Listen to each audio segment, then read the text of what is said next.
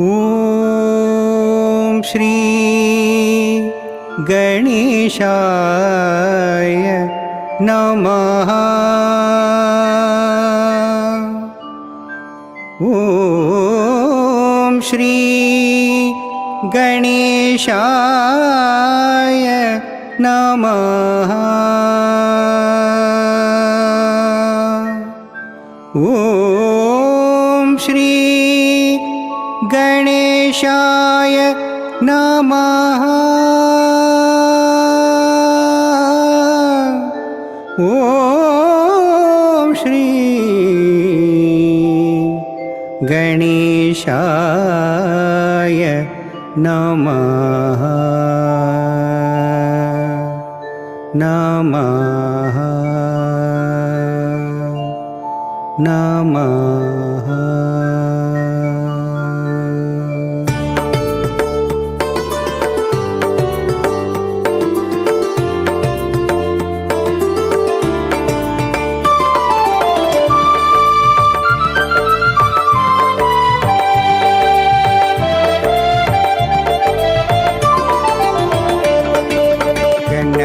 గణములకధిపతి గణనాయక నీ గుణములు మాకు సగు మహానాయక. గణములకధిపతి గణనాయక నీ గుణములు మాకు సగు మహానాయక. నారాయణ మంత్రము చదివి శివ పార్వతుల చుట్టూ తిరిగి, నారాయణ మంత్రము చదివి శివ పార్వతుల చుట్టూ తిరిగి, ఉన్న చోటే ముల్లోకాలు చుట్టావయ్యా నీవు. గణములకధిపతి గణనాయక నీ గుణములు మాకు సగు మహానాయక. గణములకధిపతి గణనాయక నీ గుణములు మాకు సగు మహానాయక.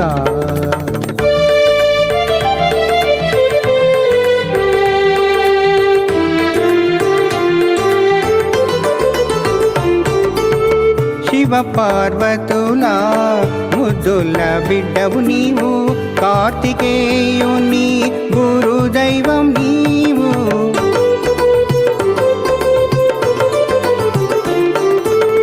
శివ పార్వతుల ముద్దుల బిడ్డవు నీవు, కార్తికేయుని గురుదైవం నీవు. రిద్ధి సిద్ధి బుద్ధి నీవే, శుభము క్షేమము లాభము నీవే. గౌరీపుత్రాయ స్కందగ్రజాయ శ్రీదాయకాయ బుద్ధేశ్వరాయ, గౌరీపుత్రాయ స్కందగ్రజాయ శ్రీదాయకాయ బుద్ధేశ్వరాయ గణేశ్వరాయ నీవే. గణములకధిపతి గణనాయక నీ గుణములు మాకు సగు మహానాయక. గణములకధిపతి గణనాయక నీ గుణములు మాకు సగు మహానాయక.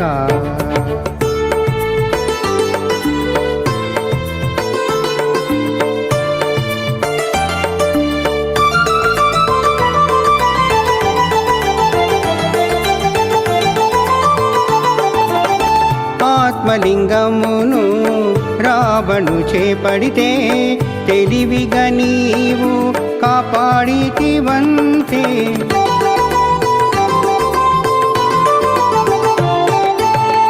ఆత్మలింగమును రావణు చేపడితే తెలివిగా నీవు కాపాడితివంతే.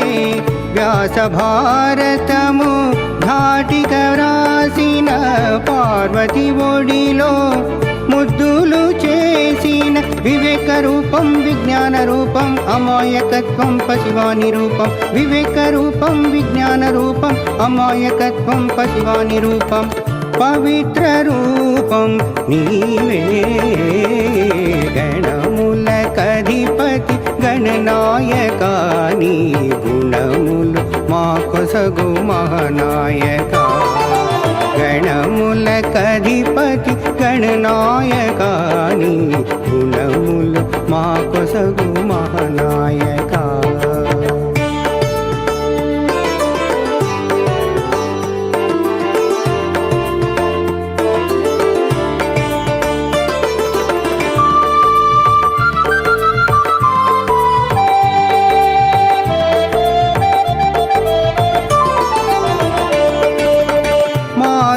శక్తులకు మూల శక్తివి నీవు మేం చేయు పూజల ప్రథమ పూజము నీవు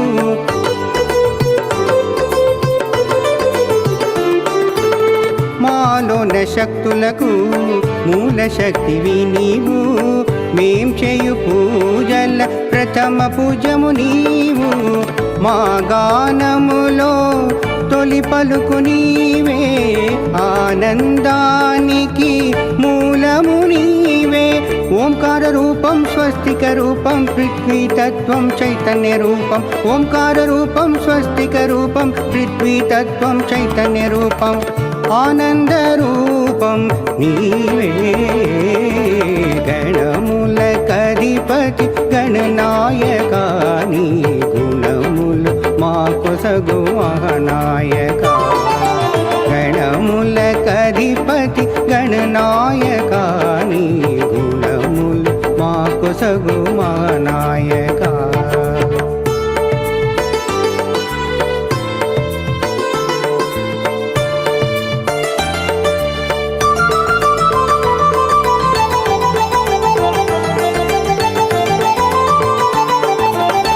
విఘ్నములు తొలగించు విఘ్నేశ్వర నీవు గ్రహముల సరిచేయు గ్రహపతివి నీవు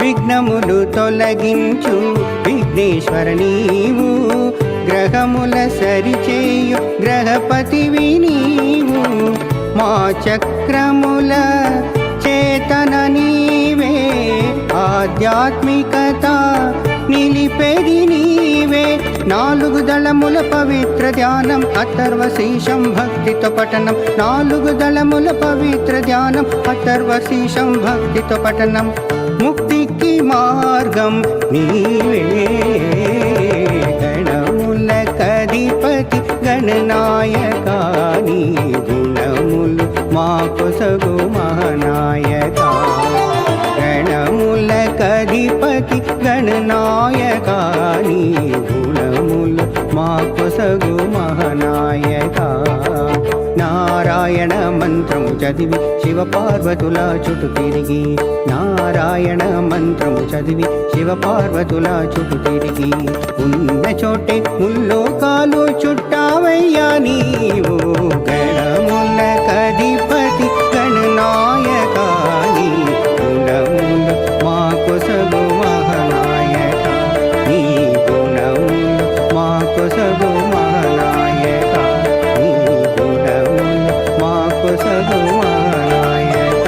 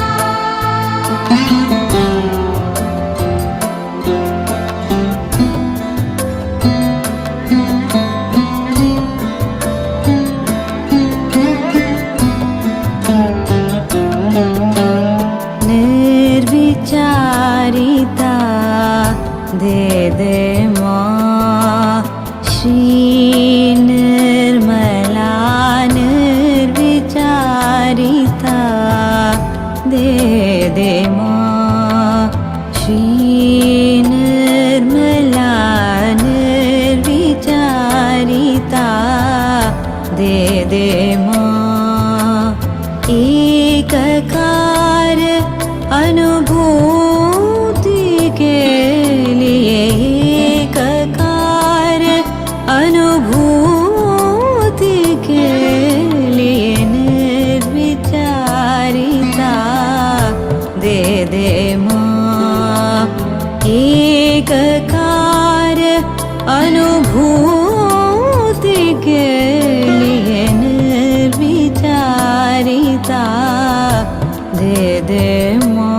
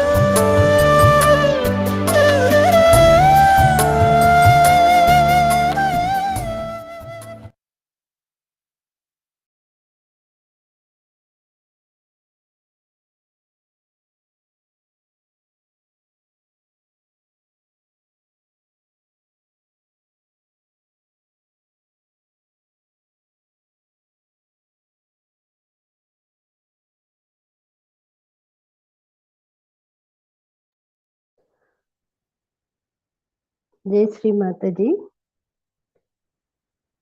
ఈరోజు ప్రాతకాల ధ్యానానికి వచ్చిన సహయోగులందరికీ శుభ స్వాగతం, శుభాభివందనములు. ముందుగా మనం అందరము శ్రీ మాతాజీ గారి శ్రీ చరణాలు కానీ శ్రీ మాతాజీ గారి బిందెని కానీ చూస్తూ పరమ పూజ శ్రీ మాతాజీకి ఈ విధంగా ప్రార్థిద్దాం. అమ్మ శ్రీ మాతాజీ, దయచేసి ఈరోజు మేమందరం సామూహికంగా ధ్యానం చేయటానికి అనుమతిని అర్హతని ప్రసాదించండి తల్లి. మీరు మాకు మార్గదర్శకం చేయండి అమ్మా.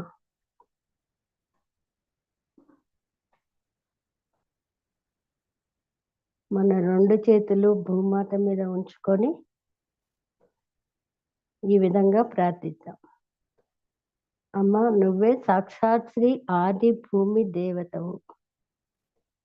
మేము ఆనినిత్యము మిమ్మల్ని పాదాలతో తాకుతూ అనేక విధాలుగా కలుషితం చేస్తున్నామమ్మా. దయచేసి మమ్మల్ని మన్నించి మీకున్నంత ఓర్పుని, సహనాన్ని, ధర్మాన్ని ప్రసాదించండి అమ్మా.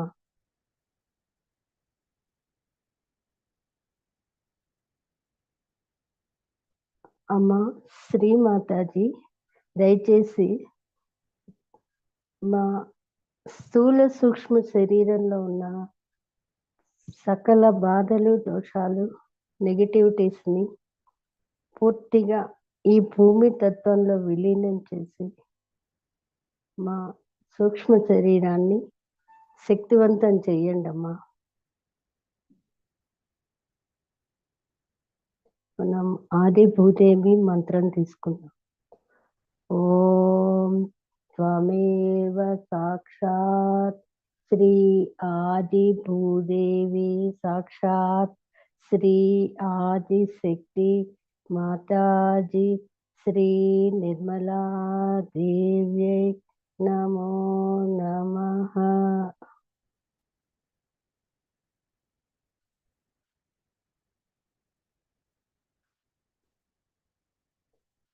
ఇప్పుడు మనం అందరము సామూహికంగా కుండల్ని ఉద్దానపరుచుకొని బంధన్ వేసి తీసుకుందాం.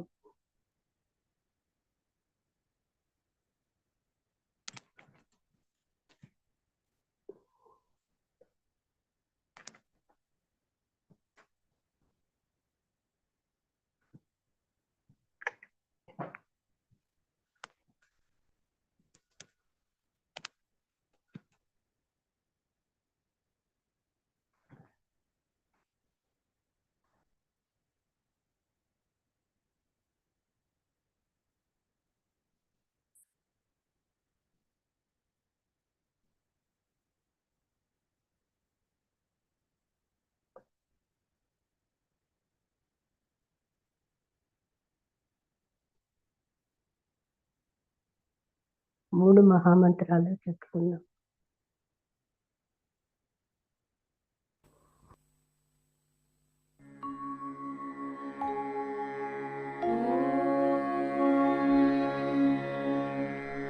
त्वमेव साक्षात् श्री महालक्ष्मी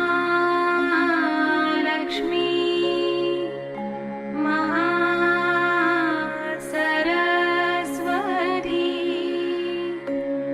महाकाली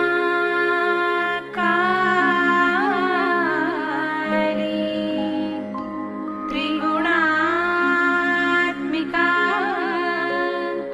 कुण्डलिनी साक्षात् श्री आदिशक्ति माताजी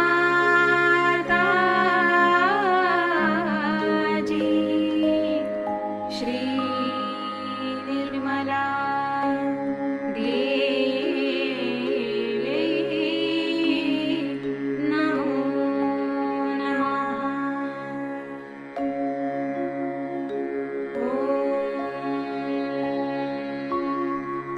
त्वमेव साक्षात् श्री कल्की साक्षात् श्री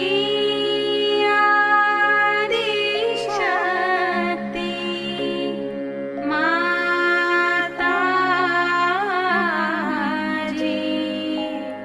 श्री निर्मला देवी नमो नमः।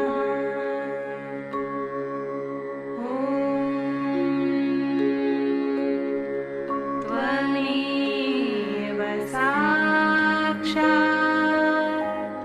श्री कल्की साक्षात् श्री सहस्रार स्वामिनी मोक्षप्रदायिनी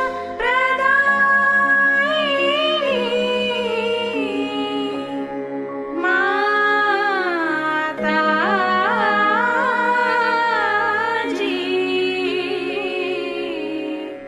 श्री निर्मला देवी नमो नमः।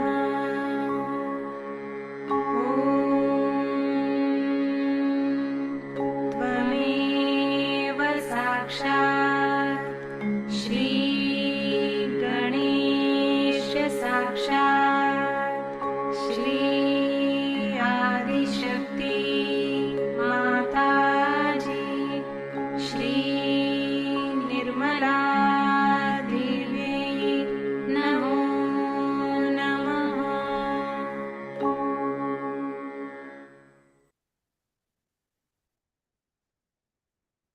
ఇప్పుడు మన కుడి చేతిని ఎడమ హృదయ చక్రం మీద ఉంచుకొని ఈ విధంగా ప్రార్థిద్దాము.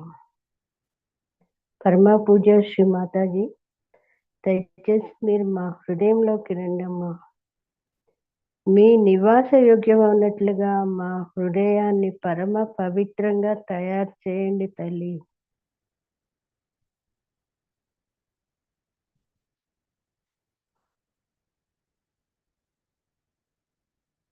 మీ మంగళకరమైన శ్రీచరణాలను మా హృదయంలో ఉంచండి తల్లి. మా అహంకార ప్రత్యహంకారాలను పూర్తిగా తొలగించండి అమ్మా.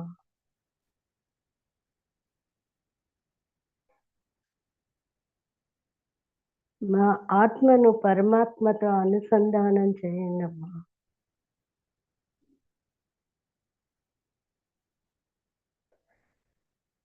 మేము ఎల్లవేళలా మీ దివ్య మంగళకరమైన శ్రీచరణాలను సదా మా హృదయంలో చూసుకునే మహాభాగ్యాన్ని మాకు ప్రసాదించండి తల్లి.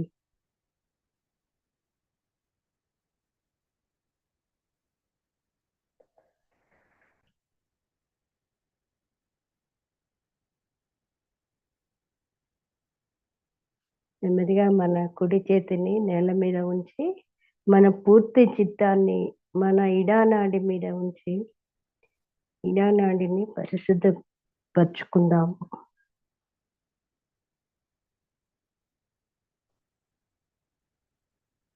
అమ్మ శ్రీ మాతాజీ, దయచేసి శ్రీ మహాకాళి శ్రీ భైరవనాథుల యొక్క శక్తిని మా ఇడానాడిలో జాగృతపరిచి మా ఇడానాడిని పూర్తిగా పరిశుభ్రపరిచి మాకు శుద్ధ విద్యను శుద్ధ ఇచ్ఛాశక్తిని ప్రసాదించండి అమ్మా.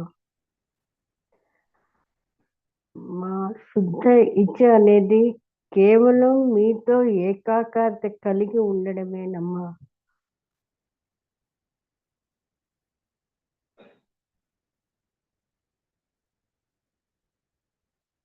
ఇక్కడ మనం శ్రీ మహాకాళి శ్రీ భైరవనాథ్ యొక్క మంత్రం తీసుకుందాం. ఓం త్వమేవ సాక్షాత్ శ్రీ మహాకాళి సాక్షాత్ శ్రీ భైరవనాథ్ సాక్షాత్ శ్రీ ఆదిశక్తి మాతాజీ శ్రీ నిర్మలా దేవ్యై నమో నమః.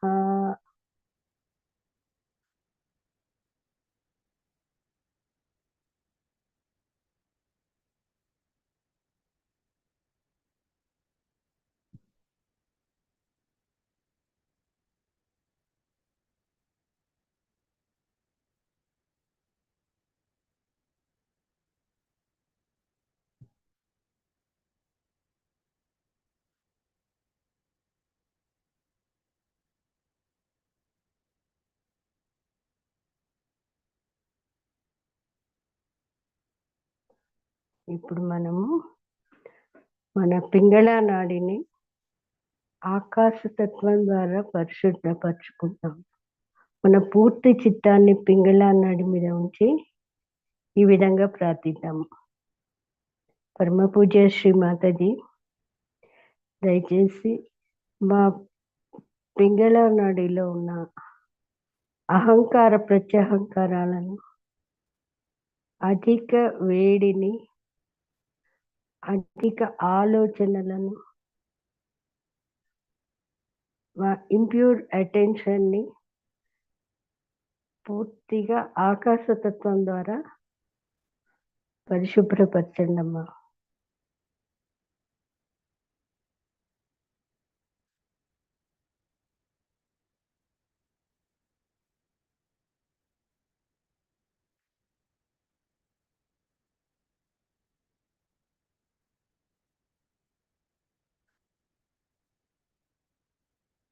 అమ్మా శ్రీ మాతాజీ, దయచేసి మా యొక్క పింగళ నాడిలో శ్రీ మహాసరస్వతి శ్రీ హనుమాన్ శక్తిని జాగృతపరిచి మాకు శుద్ధ క్రియాశక్తిని, శ్రీ హనుమాన్ యొక్క కార్యాన్విత శక్తిని, నిర్మల చిత్తాన్ని ప్రసాదించండి అమ్మా.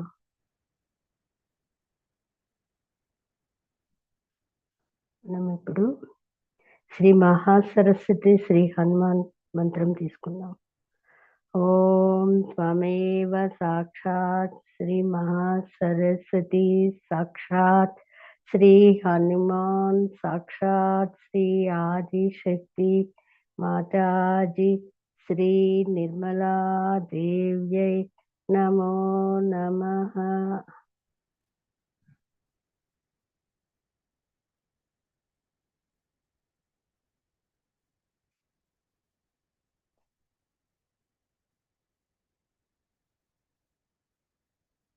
మన పూర్తి చిత్తాన్ని సుష్మా నాడి మీద ఉంచుకొని, అమ్మ శ్రీమాతాజీ, దయచేసి మాలో శ్రీ మహాలక్ష్మి శ్రీ గణేశ శక్తిని జాగృతపరిచి మమ్మల్ని సమతుల్యంలో ఉంచండి అమ్మా. శ్రీ మహాలక్ష్మి శ్రీ గణేశ మంత్రం తీసుకుందాం. ఓం త్వమేవ సాక్షాత్ శ్రీ మహాలక్ష్మి సాక్షాత్ శ్రీ గణేశాత్ సాక్షాత్ శ్రీ ఆదిశక్తి మాతాజీ శ్రీ నిర్మలా దేవ్యై నమో నమః.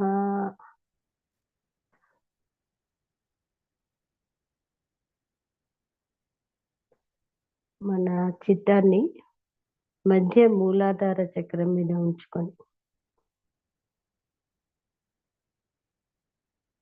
శ్రీ మాతాజీ మీరే సాక్షాత్ శ్రీ గణేశ.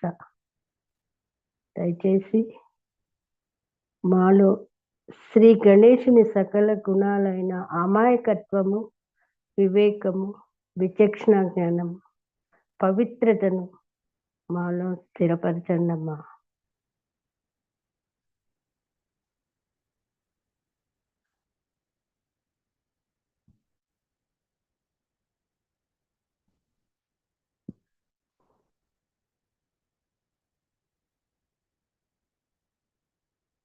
మన చిత్తాన్ని మధ్య స్వధిష్టాన చక్రం మీద ఉంచుకొని ఈ విధంగా ప్రార్థిద్దాం. అమ్మ శ్రీమాతజీ దయచేసి మాకు శ్రీ బ్రహ్మదేవుని యొక్క శక్తిని మాలో స్థిరపరచండి అమ్మా.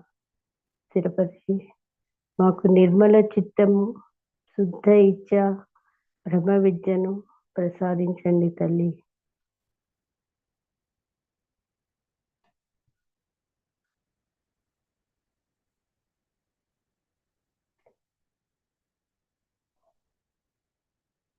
మన చిత్తాన్ని నెమ్మదిగా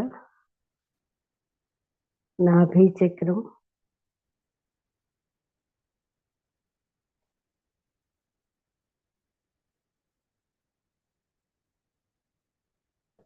హృదయ చక్రం,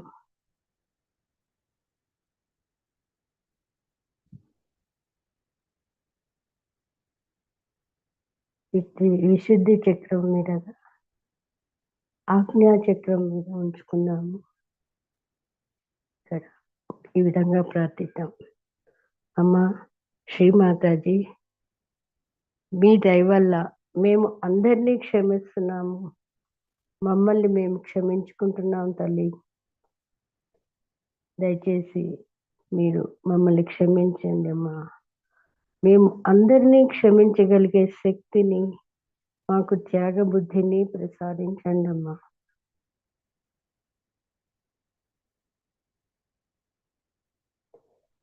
ఇక్కడ మనం శ్రీ మేరీ జీసస్ మంత్రం తీసుకుందాం. ఓం త్వమేవ సాక్షాత్ శ్రీ మేరీ జీసస్ సాక్షాత్ శ్రీ ఆదిశక్తి మాతాజీ శ్రీ నిర్మలా దేవ్యై నమో నమః.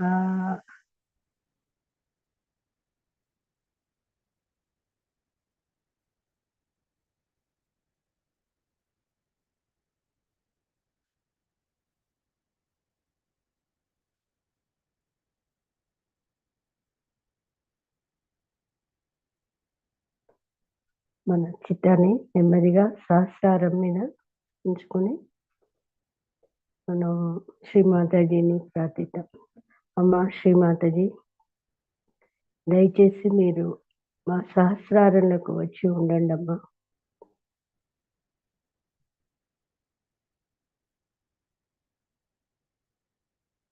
మా ఆత్మ సాక్షాత్కారాన్ని దృఢపరచండి తల్లి.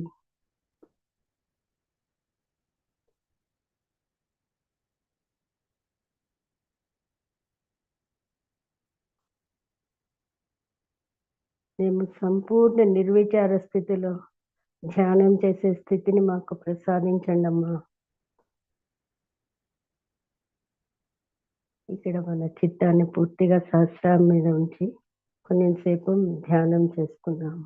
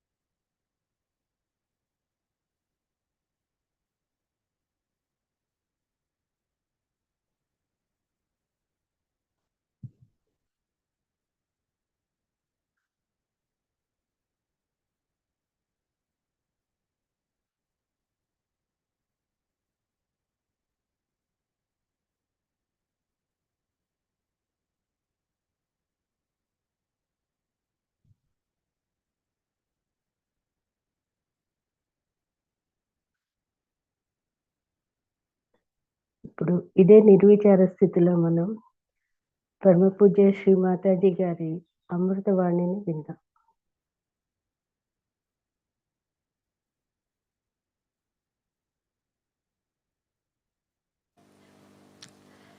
I am overjoyed really today to see you all here to celebrate the Diwali Puja.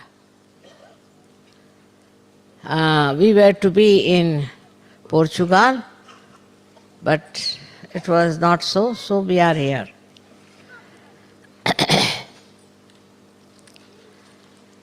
Diwali Puja is a very small puja but extremely significant.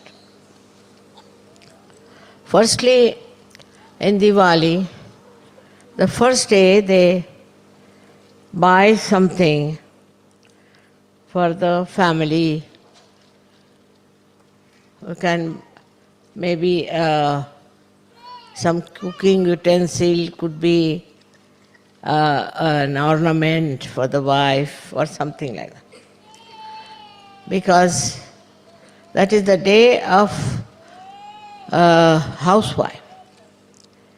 And that day is to be celebrated as the housewife's, I should say, homage to her. As a result, you know, in India, even now, housewives are very much respected. Actually, they are respected all over. You'll be amazed that even in the protocol of the government receptions, anywhere, the wife is very important. And where she's sitting, what is her position is very important. Even today, in the most modern and advanced countries also, they have a special respect for the housewife. The housewife may not be educated. She may be a very simple woman. She may not be very modern. There was an experience for me. In London, we had a program where we all were invited, and the head of the delegation, his wife was missing. So they asked me, where is she? Because there's a seat for her, she has to sit there. I said, I don't know, I didn't see her, she must be somewhere here. So just before starting, I went to the washing room, and I was surprised she was sitting in the waiting room there. I said, what are you doing here? They are all waiting for you outside. So she said, they asked me to sit here. So I went out and I told them, now she's sitting there, why don't you call her to sit in her seat? Is she the wife? I said, yes, of course. She's the wife. We thought she was some secretary. I said, what made you think? This lady had, you see, very modern ideas, wearing a very modern, slick dress and all that. And everybody thought this lady must be the secretary at the most. So they made her sit in the waiting room.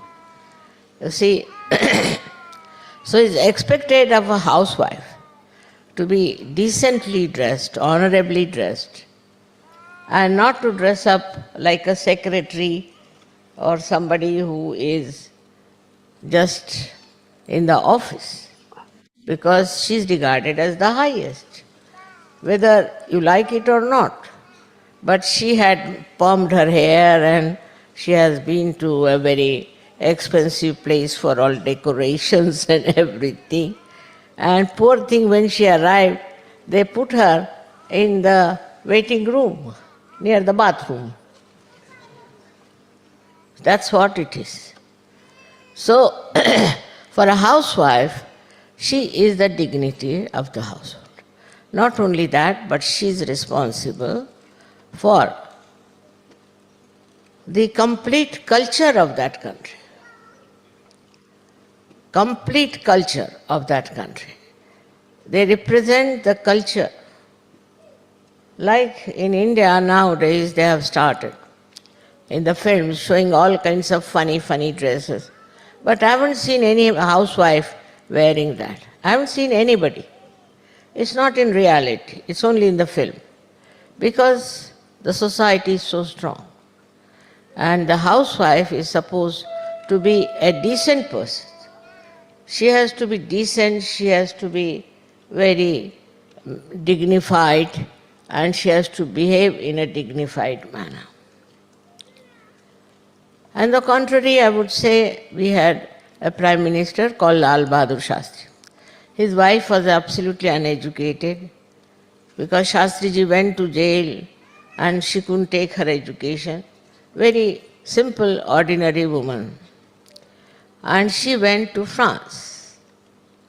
That time there was this Mr. de Gaulle, he was the president. And his wife was another very simple woman. So Shastriji told her that you are not to cry when you are leaving Mr. de Gaulle. Now you become great friends. God knows, she didn't know French and she didn't know Hindi. But somehow both of them became great friends on the level of housewives. And when he warned her not to cry, what happened that they started crying when they had to leave. So Shastriji said, I told you not to cry. He said, it is she, this French lady started crying. What can I do? I had to cry with her. So, you see, it's a kind of a great collectivity of housewives that has to work out. They have common problems. They have to face their children. They have to look after the household, everything. I mean, there are so many common problems with the housewives. And the housewife also knows all little things. You see, men, at least in India, don't know much because they live in the air, I think. So the women have more sense in this respect for small things. They are quite aware. It's very interesting sometimes. The men commit mistakes of such a great humor because they do not deal with day-to-day life, with all the problems of daily life. On one side, the woman housewife has to deal with the daily life. On the other side, she has to look after her family, her children. Also, poor thing, she is responsible for the society. She has to maintain the society. In a country where women are sensible and are matured, you will be amazed that they become extremely good families, good societies, and good children. That's why I must say India is a very good country of very good society. This has come out of the housewives, the Griha Lakshmis of the house who have done all the work that is important as far as the culture is concerned. This kind of thing is very much in India. And with that, what you find that the people respect the housewives. So respecting the housewife is the most important thing in our Sahaja culture. But that doesn't mean that the women should try to dominate and trouble and fight with the husbands. But it means a very important position in the society of a housewife. She is treated as something like a Devi only. But she too has to be a Devi. If you treat her like a doormat, then children will never respect her. If you don't pay proper respect to her, the children won't respect the mother, and there will be no impact of the mother on the children. As a result, the children get wayward. And in the societies or in the countries where the mother is not respected, you will find the children become extremely dominating, hot-tempered, and horribly uncollected. So it's very important that on this day we call it Dhanteras, the 13th day. You have to buy something for your wife and you have to give her something as a present. At least you should buy a little pot or something that can be used in the kitchen to show your respect to her. In the families where mother is not respected, children become extremely troublesome and their family also suffers. Wherever they are married, whatever happens to them. Men have to realize it is their mistake that they have never respected their wife as they should have. In the presence of the children, if they shout, in the presence of the children, if they don't show any respect, the children can never respect the mother. It is something, a criminal thing to do to women who are in the household, doing all the work for you, looking after you, your family, not demanding anything. Only if you want to understand how they can be troublesome is see them in the politics. When they go in the politics, they put all men upside down.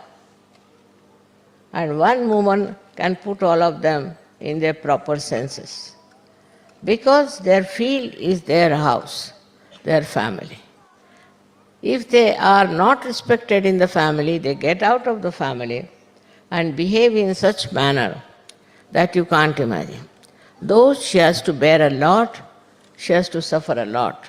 But in the family, she must be respected.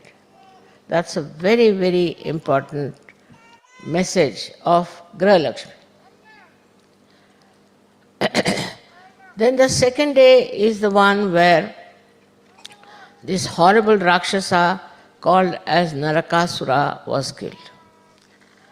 Always all killing is done with the power of the Shakti.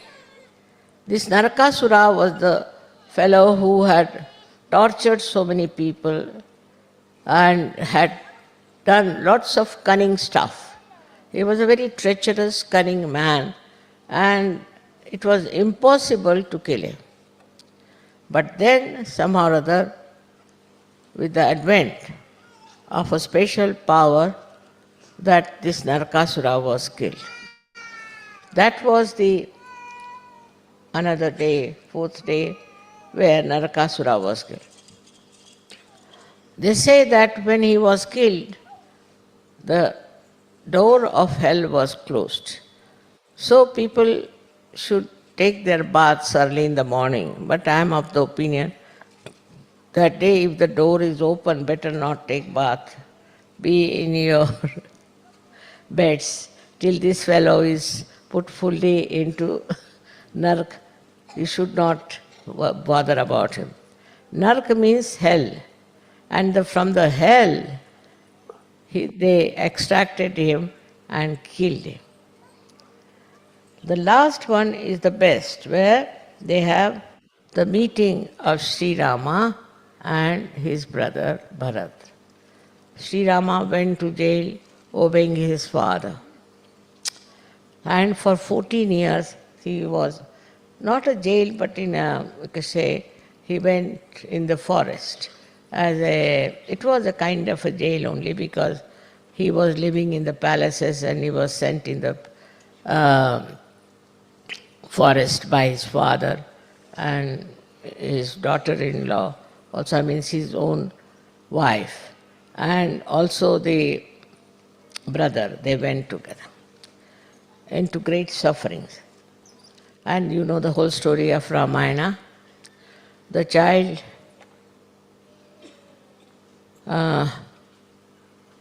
that lived in the palaces had to go in the forest and live in terrible conditions when he was to be the king.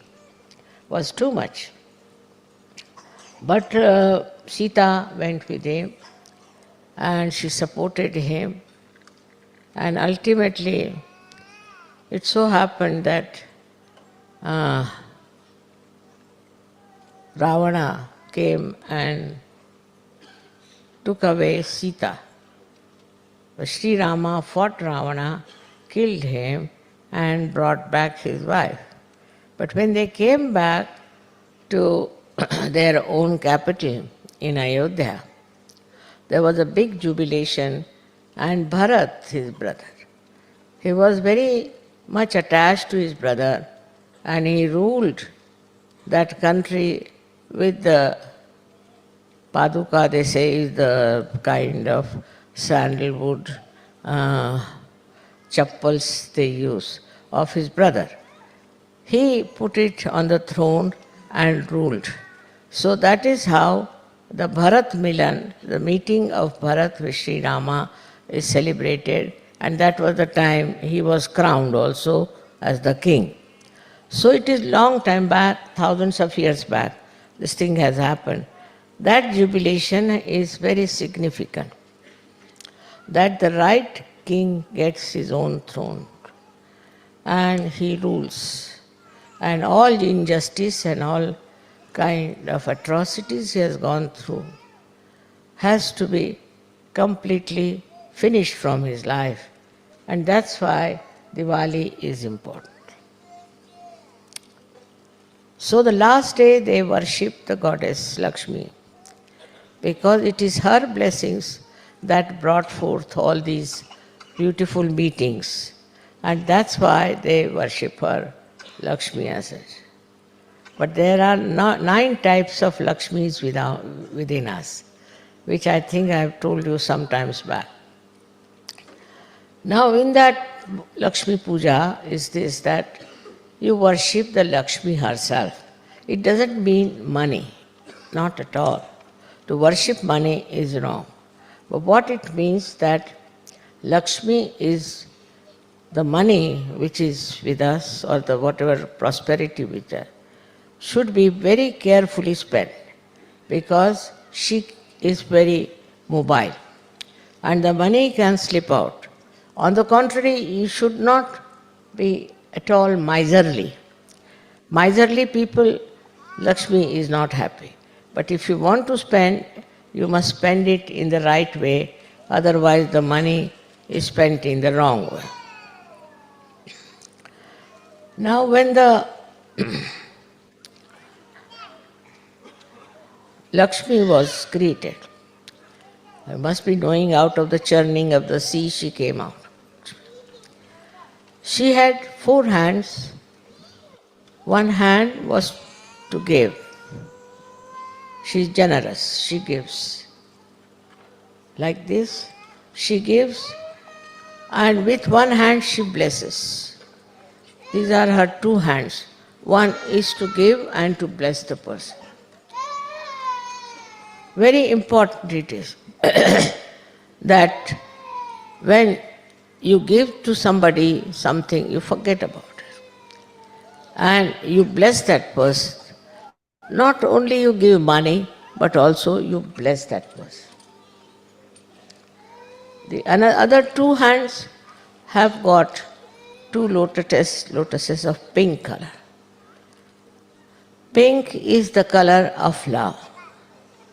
And a person who has money should have a house which is full of love.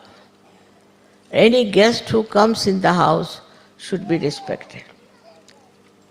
He should be treated just like God. In India, you have noticed how they think foreigners. Foreigners means God to them.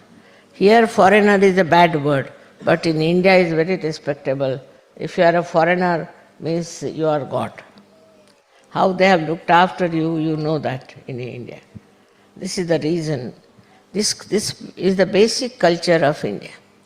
That anybody who is a guest, he may be anything. If he is a guest, then he is to be treated like God. In the other countries, it's just the other way around, you know. If you are a foreigner, then people think it's not even proper to talk to that person.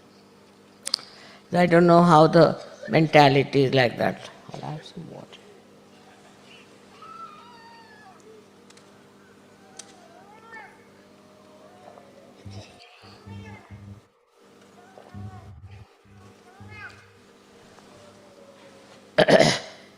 But not in Sahaja. Sahajogis are not like that. They treat the guests very well, I have heard. They look after each other and they are beautifully collective. So this is what is the meaning of the lotus is a house full of love. Like a beetle which has got even thorns.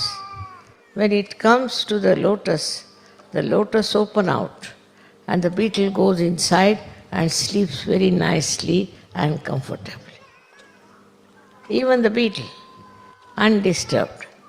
That is how one should treat if you have money. But here, what I find in the world now, if you have money, you become yourself like a beetle. It's so full of thorns and horrible ideas, so insulting, and think no end of yourself.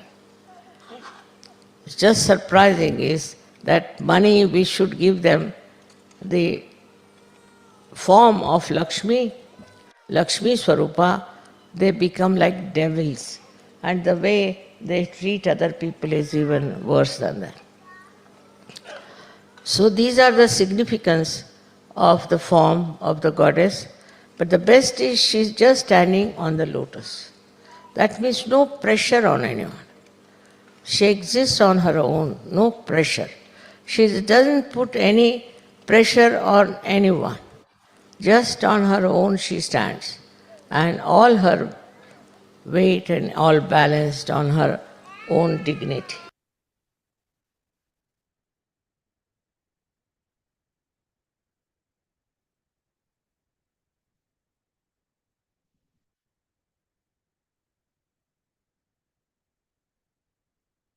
జై శ్రీ మాతాజీ. ఇప్పుడు మనం కొంచెం సేపు నిశ్శబ్ద ఛానల్లో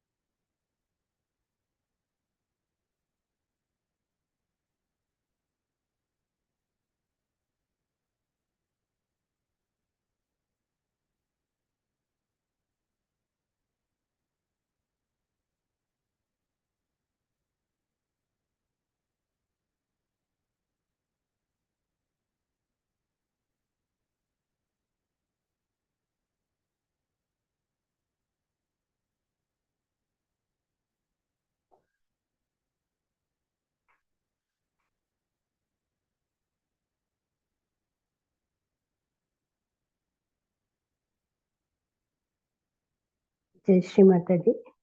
ఇప్పుడు మనము శ్రీ మాతాజీ గారి ప్రసంగాన్ని తెలుగులో అనువాదం విందాము. శ్రీ మాతాజీ గారు 1998 దివాళీ రోజున పండుగ సందర్భంగా ఇటలీ లిగరీలో ప్రసంగించిన ప్రసంగం.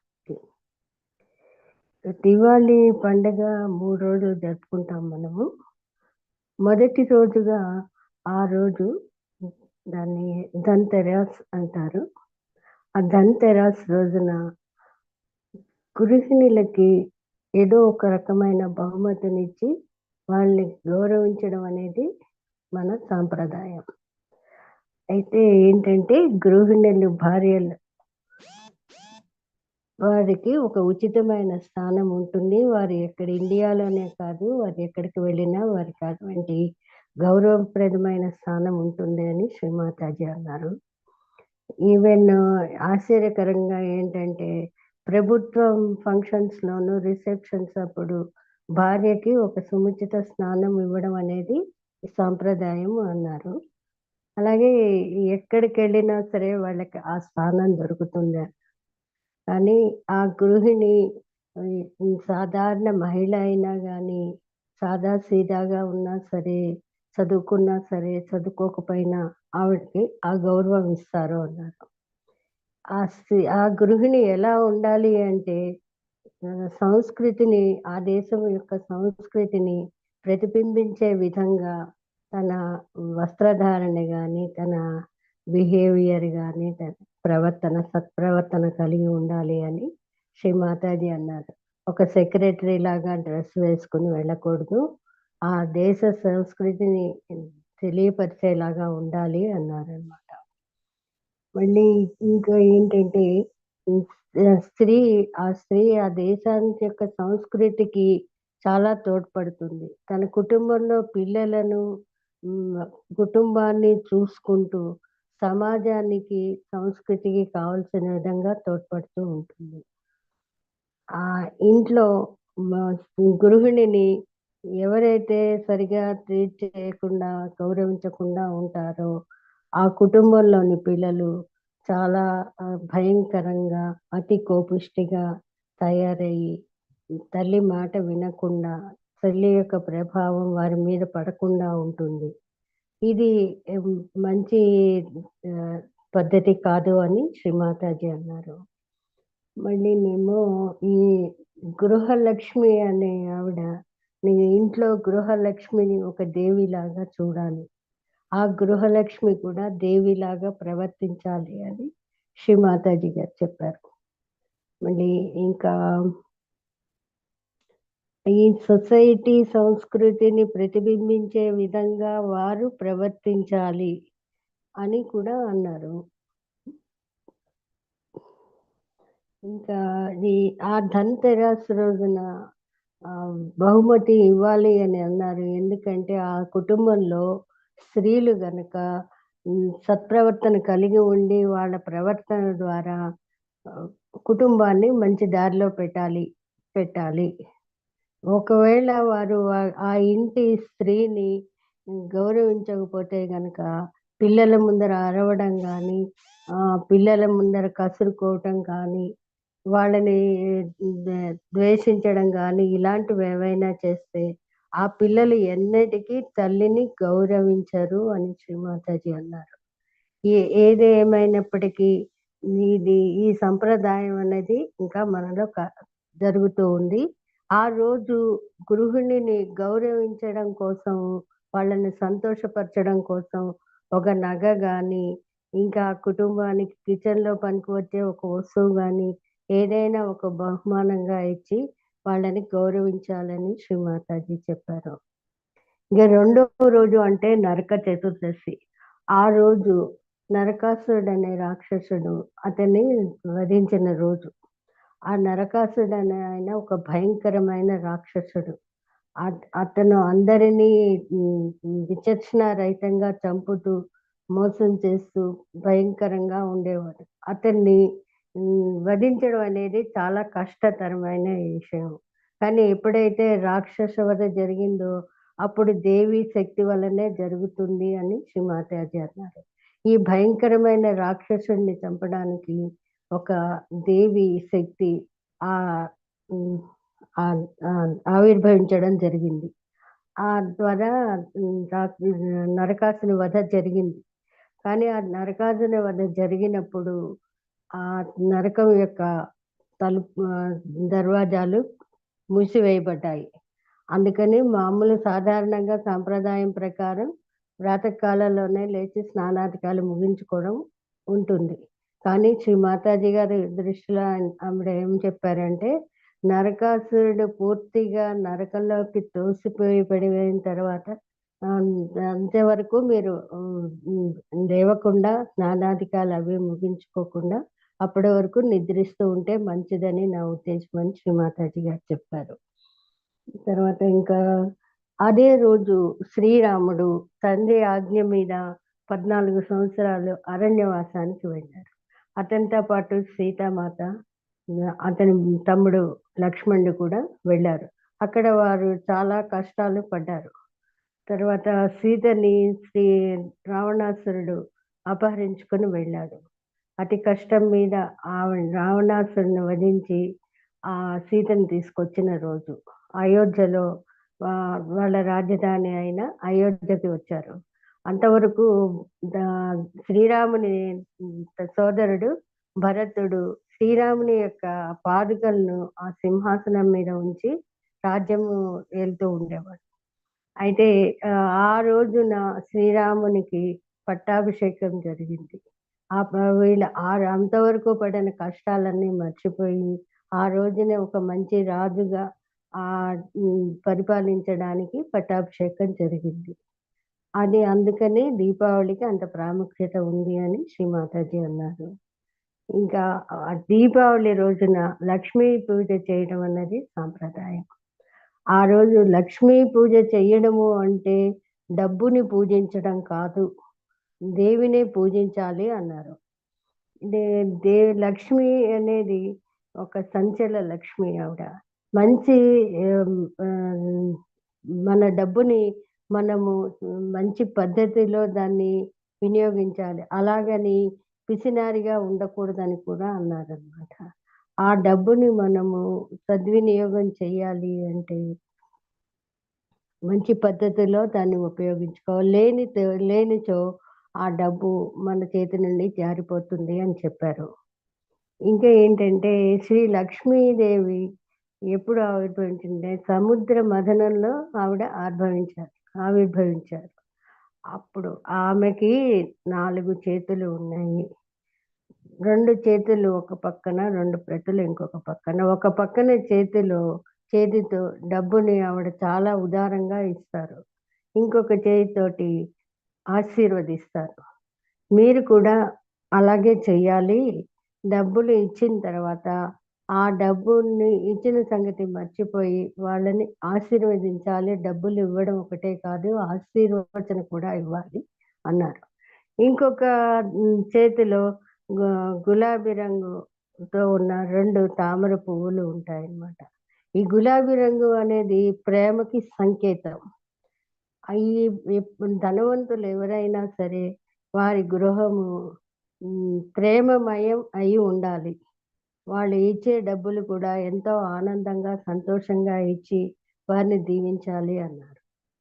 అలాగే వచ్చిన అతిథులని గౌరవించడం అనేది ఇండియాలో చాలా ప్రాముఖ్యమైన విషయం అన్నమాట. అయితే ఫారినర్స్ని కూడా మన వారు గౌరవించి అతిథి దేవుడిగా ట్రీట్ చేస్తారు. కానీ ఫారినర్స్ అట్లా ఉండరు. వారు ఫారినర్స్ని ఏంటి అవమానకరంగా వాళ్ళతో సరిగ్గా బిహేవ్ చేయరన్నమాట.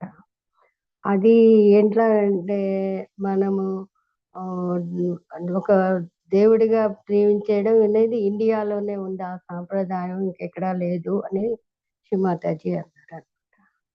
అంటే ఇప్పుడు లక్ష్మీదేవి ఎటువంటి మంచి స్వభావంతో ఉంటారు అంటే ఆవిడ ఒక పురుగు, ముళ్ళుతో ఉన్న పురుగైనా ఆవిడ తామర పువ్వు దగ్గరికి రాగానే ఆవిడకి మంచి స్థానం ఇచ్చి సౌకర్యవంతంగా ఉంచుకుంటారు.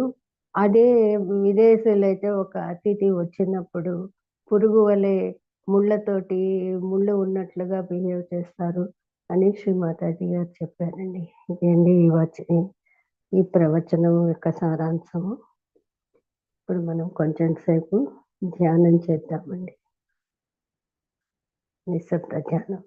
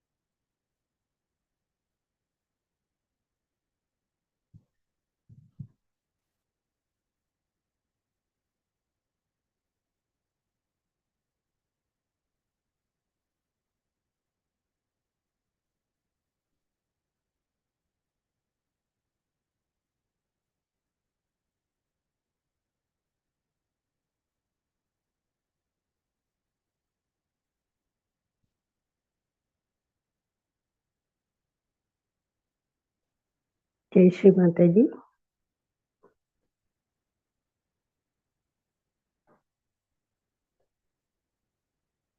ఈరోజు ఈ సామూహిక ధ్యానం చేయడానికి మాకు అనుమతిని ప్రసాదించినందుకు కోటి కోటి ధన్యవాదాలమ్మా. అనంత కోటి ధన్యవాదాలు. ఈ ధ్యానం చేయటంలో కానీ, అనువాదం చెప్పడంలో కానీ తెలిసి తెలియక ఏదైనా పొరపాట్లు జరిగింటే మన్నించండి అమ్మా. మమ్మల్ని మన్నించి ఆశీర్వదించండి తల్లి.